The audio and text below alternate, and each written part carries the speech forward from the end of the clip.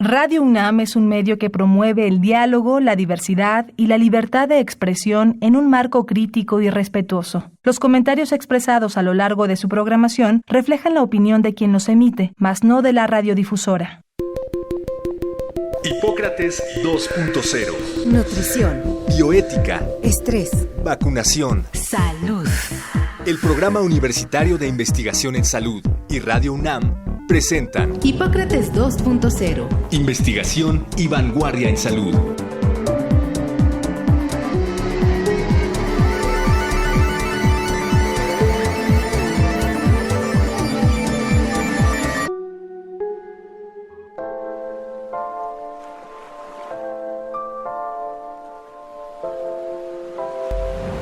Hola, ¿qué tal? Bienvenidos a Hipócrates 2.0. Yo soy Mauricio Rodríguez, los saludo con muchísimo gusto como cada semana aquí en Radio UNAM. Muchísimas gracias por estar sintonizándonos nuevamente. El programa de hoy vamos a platicar sobre un tema que está en todos los titulares. En las últimas semanas se ha hablado muchísimo sobre el famoso fentanilo y pues decidimos abordarlo desde la perspectiva médica, para también pues poner esta información al servicio de las audiencias y que eso ayude a entender qué es, para qué se usa, dónde se usa. De pronto se confunde la campaña que ha hecho el gobierno, ciertamente confunde y eso pierde confianza del uso médico del fentanilo, que ya veremos en los siguientes minutos, que pues es un medicamento primordial para la práctica de la medicina, sobre todo de la parte hospitalaria. Entonces, para platicar de este tema invitamos a la doctora Luz Adriana Templos Esteban.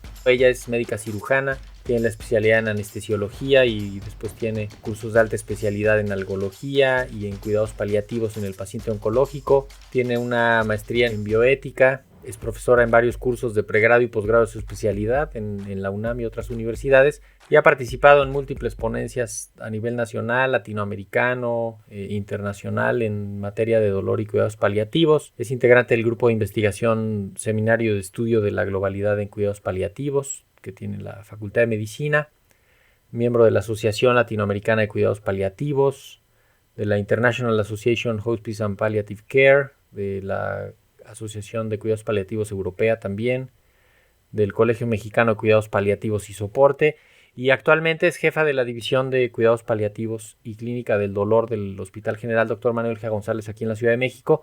Bienvenida, Luz Adriana, muchísimas gracias por aceptar la invitación. Muchísimas gracias, Mauricio, por invitarme de nuevo a tu programa y pues con gusto. Empezamos ahora sí que por lo básico. ¿Qué es el fentanilo? El fentanilo es un medicamento que está considerado dentro del grupo de los opioides. Es un opioide sintético y algo que es muy importante es que tiene una potencia analgésica pues bastante grande. Es 70 a 100 veces más potente que la morfina. Generalmente nosotros lo utilizamos dentro del ámbito médico para aquellos pacientes que tienen dolor severo, también en el contexto de la anestesia y también para pacientes a quienes tenemos que sedar y obviamente proporcionarles una buena analgesia en las áreas de urgencias, áreas de choque, terapia intensiva, y pues ya tiene muchísimo tiempo que lo venimos utilizando. A mí me gustaría comentarte que todas las personas dentro de nuestro cuerpo tenemos receptores para opioides, que le llamamos endógenos, ¿no? Estos son los receptores mu, kappa y delta, y básicamente estos pueden ser activados por algunas sustancias que hemos escuchado por ahí, como las endorfinas, las encefalinas y las dinorfinas.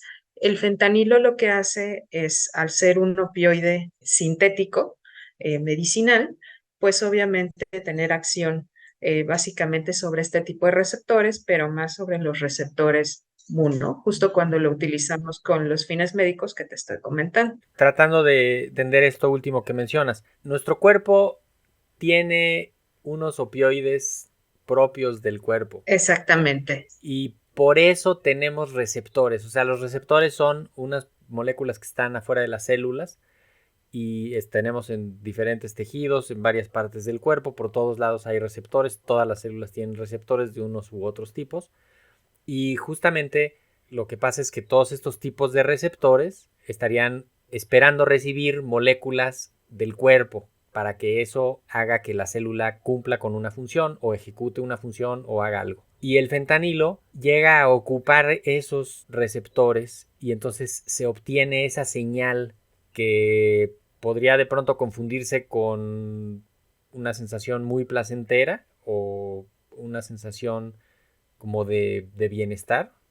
Más o menos, fíjate que, o sea, sí produce sensación placentera, pero también, pues obviamente de relajación, de bienestar, pero evidentemente cuando utilizamos este tipo de medicamentos, como cualquier otro medicamento, podemos tener algunos efectos adversos, que esto es muy importante mencionarlo, ¿no? Prácticamente todos los medicamentos de este grupo nos pueden producir sueño, euforia, en algunas ocasiones disforia, estreñimiento, náusea, vómito, también depresión respiratoria. Evidentemente por eso es que son de uso medicinal, pero bajo supervisión de un médico, de preferencia que sea experto, ¿no?, en el uso de estos fármacos. Se utilizan para pacientes que tienen dolor severo, generalmente crónico. ¿Puedes darnos un ejemplo como cuál? O sea, una persona que tiene, ¿cuál es el dolor crónico y severo? Suena como un infierno. Sí, algo así. La verdad es que los pacientes la pasan muy mal, pero te pongo un par de ejemplos. Los pacientes con cáncer, ¿no? Serían un ejemplo muy claro de tener un dolor muy severo. Aquellos pacientes que, por ejemplo, llegan a tener dolor de origen neuropático por algún problema lumbar, sería también un ejemplo de ello. Los pacientes que son posoperados, que a veces las cirugías llegan a ser pues evidentemente muy grandes y también lo llegamos a utilizar. Pacientes quemados, pacientes que han recibido algún trauma, por ejemplo, por algún accidente, también se puede utilizar. Pacientes con artritis reumatoide o alguna enfermedad musculoesquelética que llegue a ser deformante, entre muchos otros usos, ¿no? Y uno de los usos que yo te comentaba es para dar anestesia. La realidad es que el fentanilo lleva años utilizándose dentro de los quirófanos para poder dar anestesia, ¿no? Junto con combinaciones de otros medicamentos. Pero es un medicamento de uso muy común en todas las cirugías. ¿Y el principal riesgo del uso del fentanilo médico, o sea, grado médico? Uno de los principales riesgos, aunque en realidad en manos expertas es un medicamento muy seguro, es la depresión respiratoria. Nosotros cuando utilizamos este medicamento dentro del contexto de la anestesia, evidentemente tenemos un monitoreo continuo del paciente, lo estamos asistiendo, entonces obviamente podemos controlar, digamos, ese efecto, ¿no? Pero cuando sale de las manos de un contexto médico y se va hacia el uso lúdico, pues obviamente esto puede provocar muchos problemas. Quiero como dirigirme a entender por qué hay un uso inadecuado del fentanilo y por qué es el problema del tamaño que es, sobre todo en Estados Unidos. Fíjate que el fentanilo es un medicamento que tiene un inicio de acción muy corto. Eso sería una característica que lo hace obviamente bueno dentro del contexto médico, pero para aquellas personas que quieren tener, digamos, un efecto rápido de sensación de bienestar, relajación, etcétera, pues obviamente esto resulta conveniente, ¿no? El fentanilo empieza a actuar aproximadamente a los 3 minutos, o sea, es súper rápido. Y además tiene una vida media muy corta, aproximadamente de 28 a 30 minutos. Algo que se le ocurrió no sé a quién fue empezar a mezclarla con cocaína. Entonces, hasta donde yo tengo entendido, en algún momento los usuarios de este tipo de sustancias pues no sabían que el fentanilo venía mezclado con cocaína y empezaron a experimentar pues obviamente muchos efectos que les eran agradables y también pues una sensación muy, muy rápida de euforia, ¿no? El fentanilo, cuando se utiliza en el uso lúdico o recreativo, es altamente adictivo, justo por la vida media tan corta que tiene, y pues hace que el usuario tenga necesidad de dosis pues repetidas, ¿no? El problema es que al no ser monitoreado el uso, yo te platicaba que puede producir depresión respiratoria, Y pues obviamente si la persona se lo aplica y no está bajo un contexto médico, pues esto se puede llegar a complicar, incluyendo la muerte, ¿no? O sea, si no se vigila de manera adecuada. Nada más quiero como pensar en que hay mucha gente que le tiene miedo a la anestesia, que porque se van a hacer adictos, ¿no? O porque no van a despertar o algo así. Sirva esta charla para reafirmar la idea de que la anestesia es un procedimiento controlado, supervisado, bien monitoreado, que se realiza por personal capacitado y que es segura y que es efectiva y que es de una utilidad incalculable para que se puedan hacer los procedimientos quirúrgicos, ¿no? Y para poder ayudar a los pacientes. Y no porque te pongan una anestesia una vez por una cirugía que te van a hacer, te vas a hacer adicto a ninguna de las sustancias que te están poniendo. Efectivamente. Y pues tienen un gran beneficio, ¿no? Porque si no los aplicáramos, no podríamos realizar las cirugías, ¿no? El hecho de que el médico, el cirujano, haga cortes dentro del cuerpo, evidentemente ocasiona dolor y nos ocasiona también una respuesta metabólica muy importante, ¿no? A ese trauma. Y justo por eso debemos de utilizar esos medicamentos durante la anestesia y obviamente en algunos casos posterior a la anestesia, porque el dolor llega a ser muy severo, ¿no? Entonces, algo que estamos buscando, pues, es que haya una buena calidad en la atención y que nuestros pacientes estén libres de dolor, ¿no? Adriana, ¿cuántos productos con fentanilo hay para el uso en los hospitales? O sea, tampoco es un medicamento que haya mucho, ¿o sí? Mira, te platico un poco. El fentanilo existe en vía intravenosa, en ampolletas, para que lo puedas obviamente usar dentro del contexto hospitalario. También existe actualmente en tabletas que se pueden colocar por vía transbucal y también existe en parches. Generalmente el producto que viene en parches o en tabletas se suele utilizar en el contexto de aquellos pacientes que tienen dolor crónico o para cuidados paliativos, por ejemplo, ¿no? Pacientes que se encuentran al final de la vida. Esas son las presentaciones, digamos, que tenemos aquí en México. En algunos otros países, por ejemplo, se llega a utilizar en paletas, inclusive para los pequeños, ¿no? Cuando van a ser sometidos a cirugías y pues obviamente previo a entrar al quirófano, pues se busca que el pequeño pues entre tranquilo, que no tenga dolor, etcétera. Y pues justo esto reflejaría que es un medicamento bastante seguro, ¿no? O sea, sí, inclusive lo estamos prescribiendo en ellos, ¿no?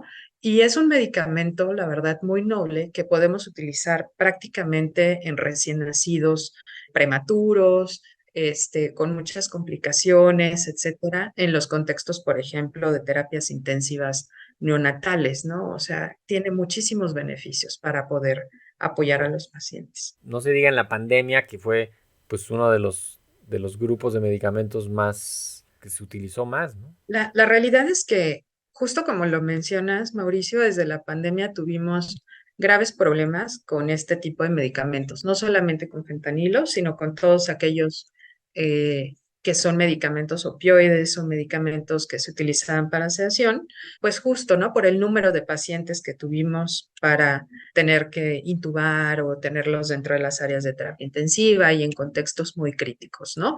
El desabasto de opioides de manera generalizada ha sido una situación presente en nuestro país. Existen, digamos, algunas marcas de fentanilo, pero algo que sí te puedo decir es que de manera general es un medicamento bueno, bonito y barato, ¿no? Y por eso tiene un uso muy difundido, ¿no? Dentro del medio hospitalario. Ahora vamos hacia la parte del fentanilo que no es de uso médico y que por lo tanto no es un producto, o sea, bueno, son muchos productos que tienen procedencia desconocida, que tienen calidad desconocida, que viene con mezclas seguramente y que eso significa riesgos muy importantes para el usuario, desde infecciones, toxicidad por algo que contenga y riesgo de, desde luego, de adicción y riesgo de muerte, ¿no? Fíjate que realmente sí es un problema que está siendo muy presente en Estados Unidos. pero justo por estos efectos adversos que yo te mencionaba del fentanilo, ¿no? Que es altamente adictivo, pero en aquellas personas que lo utilizan de manera recreativa. Cuando utilizamos nosotros este tipo de medicamentos en pacientes que realmente tienen una necesidad médica, el porcentaje de adicción llega a ser menor al 1%, obviamente porque el paciente lo requiere, ¿no? Ha sido muy difícil controlar este problema porque, pues obviamente está implicados pues el tráfico de sustancias. Se menciona que mucha de la producción pues viene desde China y se hacen diferentes mezclas, sobre todo te mencionaba con la cocaína. Y además, algo que está sucediendo es que al mezclar el fentanilo con la cocaína, el producto resultante suele ser como más barato, entonces pues hay mayor acceso a estas mezclas, ¿no? Aunque se venda, digamos, el producto prácticamente como si fuera cocaína, en muchas ocasiones viene mezclado y el usuario pues no lo sabe, ¿no? Algo muy importante y que hay que poner sobre la mesa pues es obviamente el tomar al toro por los cuernos, ¿no? El hacer campañas de difusión de todo esto que está pasando, digamos, proyectos antidrogas y obviamente mucha vigilancia epidemiológica a esto que está pasando, ¿no? Es un problema muy grave de salud. Sí, que de hecho en estos días que se está pues poniendo todavía más este tema, de pronto el punto de partida es que no sabemos de qué tamaño es el problema de daños por fentanilo, por uso inadecuado, recreativo, lúdico, lo que sea, en México, ¿no? No se tiene claridad de esa información. Y también pienso que está vinculado a esta crisis de los opioides que tiene Estados Unidos desde hace varios años, porque han utilizado estos medicamentos que ya nos decías, es para dolor fuerte, para dolor crónico, y son muy adictivos, y los han utilizado de manera incorrecta pues, para mil otros dolores que no son tan fuertes y que, pues eso, enganchan y generan ahí problema. Vale la pena recomendar la serie Dopsic, no sé si ya la viste, que justamente describe cómo el laboratorio productor de opioides se encargó de cambiar el discurso del manejo del dolor y inundar con sus medicamentos adictivos y dañinos pues muchísimos estados y pues prácticamente todo el país, ¿no? En Estados Unidos. Fíjate que algo que sucede, sobre todo en Estados Unidos, es que aquel paciente que tiene dolor crónico, de alguna manera tiene un acceso como muy fácil a este tipo de fármacos.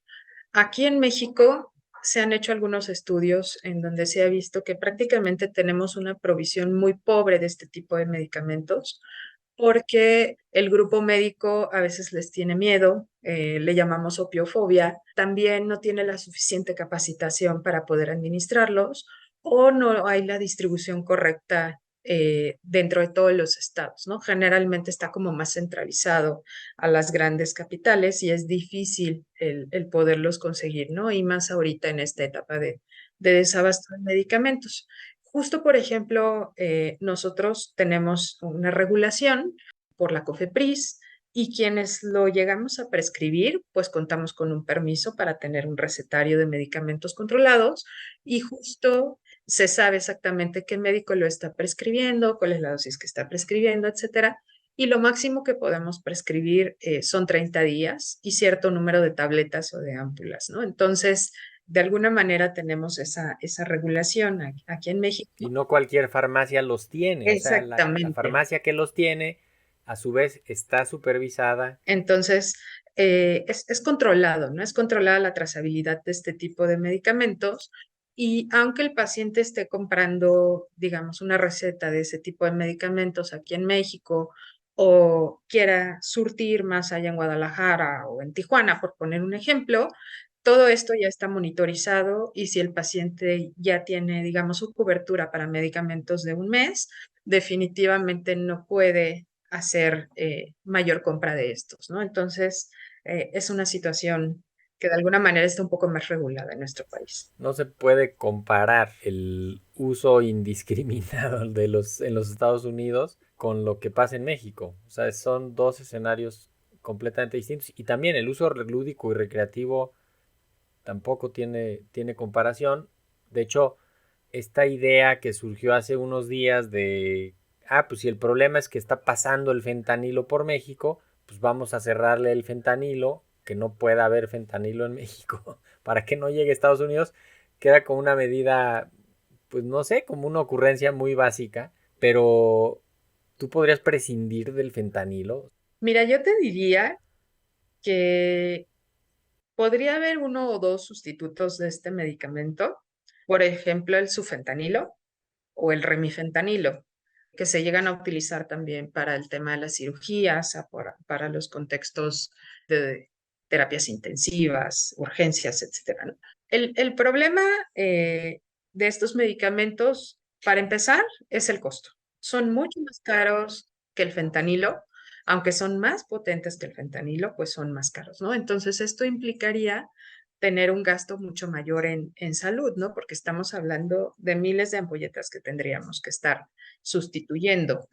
Y también la disponibilidad. No se tiene acceso en todos los hospitales a este tipo de fármacos, ¿no? Entonces, para poder sustituirlo, definitivamente nos tendrían que garantizar el tener, obviamente, este otro tipo de medicamentos, ¿no? Entonces, no es una situación realmente tan fácil. No estoy comentando que sea imposible, pero sí implicaría gastar prácticamente lo triple o lo cuádruple de presupuesto en salud y pues esto traducido en millones, pues es muchísimo. Sí, no, y capacitar a los usuarios, que no es cosa menor. La gente ya está ahorita acostumbrada y ya sabe utilizar el fentanilo. Bueno, si se tuviera que cambiar, pues tienes que hacer capacitaciones, tener constancia de las capacitaciones, ¿no? Sobre todo porque es un medicamento de tan alto riesgo, no es como cambiar un antibiótico por otro, es un medicamento que tiene riesgos muy altos y que pues esperemos que se solucione, esperemos que, como lo dices, se le entre de frente al problema, sin estigmas, sin mentiras, porque también yo creo que esa parte puede ser peligrosa. A mí esta campaña que ha habido de decir el fentanilo mata y no sé qué, yo pienso en los anestesiólogos y tal y digo, híjole, se la están poniendo más difícil porque pues, se va creando este estigma sobre el medicamento, no sobre la droga recreativa, ilegal, irregular, etcétera, sino sobre el medicamento, y yo creo que no, eso no es bueno para la práctica de la medicina. Y claro, y además, pues yo te comentaba que no solamente lo ocupamos dentro del contexto de la anestesia, ¿no? O sea, aquellos pacientes que están en cuidados paliativos o que tienen dolor crónico, que tuvieran que prescindir del fentanilo, pues tendrían que tener a disposición otro tipo de fármacos, ¿no?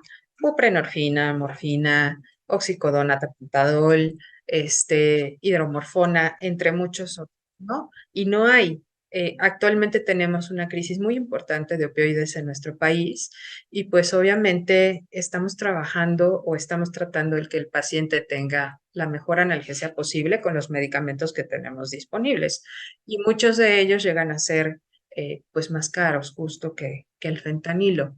Lo que yo te podría decir es que, o sea, el fentanilo mata en manos inexpertas, pero más bien a aquellas personas que lo utilizan para recrearse, ¿no? O sea, ¿cuántos pacientes desde hace muchos años no tienen uso de este tipo de medicamentos o cuántos pacientes no han sido operados con estos medicamentos utilizándolo dentro de sus anestesias y no los hemos matado, ¿no? Entonces, no es prudente o no sería razonable pensar que a todos los pacientes a los cuales se les ponga este medicamento, pues los puede matar, ¿no? Entonces, sí hay que ser como muy, muy cautos con la información que se da al público.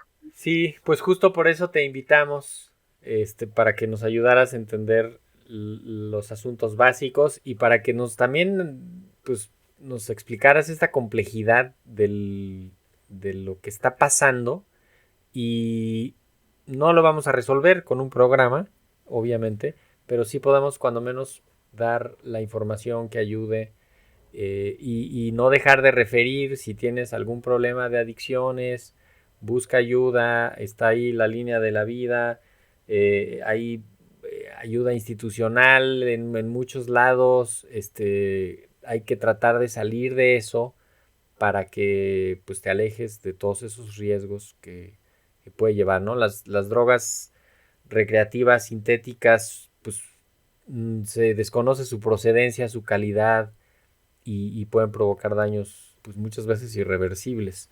¿Con qué te quieres despedir, doctora Luz Adriana Templos Esteban? Pues mira, yo me despediría comentándote que el derecho al buen manejo del dolor, pues es obviamente un derecho humano, ¿no?